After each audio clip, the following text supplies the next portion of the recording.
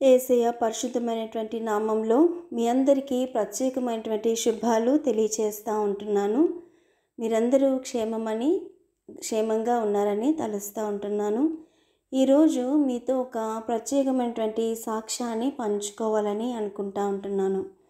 పిల్లారా, మరి గత సంవత్సరం 2023 సంవత్సరం ఏప్రిల్ మాసంలో 18వ తారీఖు అంటే ఇదే రోజున నా భర్త గారు, మా సేవకుడైనటువంటి పాస్టర్ ఆనంద్ కుమార్ గారు హార్ట్ స్ట్రోక్తో అటాక్ అవ్వడం మీ అందరికీ తెలిసిన విషయమే. అయితే కేవలం దేవుని యొక్క మహా ఉచితమైన కృపచేతనే అద్భుత రీతిలో స్వస్థత పరచబడ్డారు.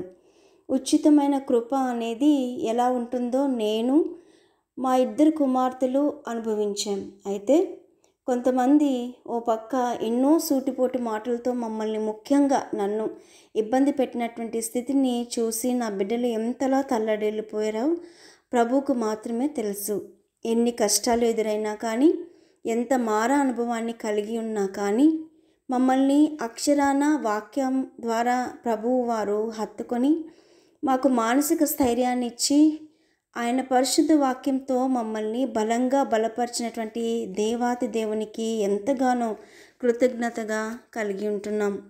అయితే ఆ రోజు యథావిధిగా నా బిడ్డల్ని స్కూల్కి డ్రాప్ చేసి వస్తుండగా నా భర్తకు విపరీతంగా చేయి నొప్పి, చెమటలు రావడం, ఇంటికి బైక్ మీద క్షేమంగా రావడం జరిగింది.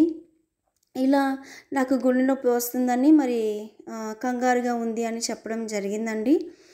మా స్థితిని నిరంతరం పర్యవేక్షిస్తున్నటువంటి దేవుడు బ్రదర్ విజయమోహన్ గారుని ఆశ్చర్యకరంగా మా దరికి పంపించడం కూడా జరగడం, వెంటనే హాస్పిటల్కి తీసుకెళ్ళి ఈసీజీ తీయించుకొని, మరి నా తల్లిగారు ఒక రిటైర్డ్ స్టాఫ్ నర్స్ అవ్వడం వల్ల ఆ రిపోర్ట్స్ని డాక్టర్ గారికి వాట్సాప్లో సెండ్ చేయడం, ఇలా అన్నీ వెంటనే దేవుడు మాకు మార్గాన్ని సరళం చేయడం, ట్యాబ్లెట్స్ ఇంట్లోనే 12 ట్యాబ్లెట్స్ ఇంట్లోనే వేసుకోవడం జరిగింది. అంటే 80% ట్రీట్మెంట్ నా భర్తకి ఇంట్లోనే జరిగిపోయిందండి. మరి ఆ వెంటనే సహోదరుడు సుధాకర్ గారు మాకు డ్రైవింగ్ విషయంలో మాకు అద్భుత రీతిలో మరి అందుబాటులో ఉండడం, దాన్ని ఆశ్చర్యకరంగా అన్నీ జరిగాయి.